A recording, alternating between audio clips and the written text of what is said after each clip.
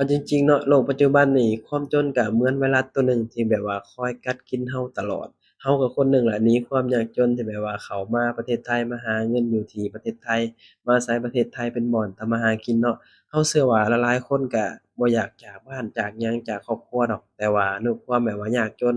ถึงดิ้นรนมาแบบว่าอยู่ต่างถิ่นต่างแดนเนาะโลกปัจจุบันนี่บ่มีเงินมันก็อยู่บ่ได้พี่น้องโลกเงินเนาะคือทุกสิ่งทุกอย่างมันก็ใช้เงินน่ะ การที่เราจะมีครอบครัวการที่เราจะมีบ้านมีรถมันก็ต้องใช้เงินเนาะเพราะว่าทุกคนก็อยากมีชีวิตที่ดีขึ้นอยากสุขสบายอยากให้ครอบครัวมีอยู่มีกินก็ต้องดิ้นรนสู้บ่สู้ก็อยู่บ่ได้บ้านเราก็บ่รู้ว่าสิหาอยู่ไสบ้านเราหาเงินยากก็ต้องแบบว่าเข้ามาอาศัยประเทศไทยเป็นบ่อนทำมาหากินเนาะก็สู้กันไปดิ้นรนกันไป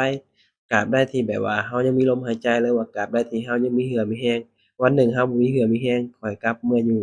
บ้านเรา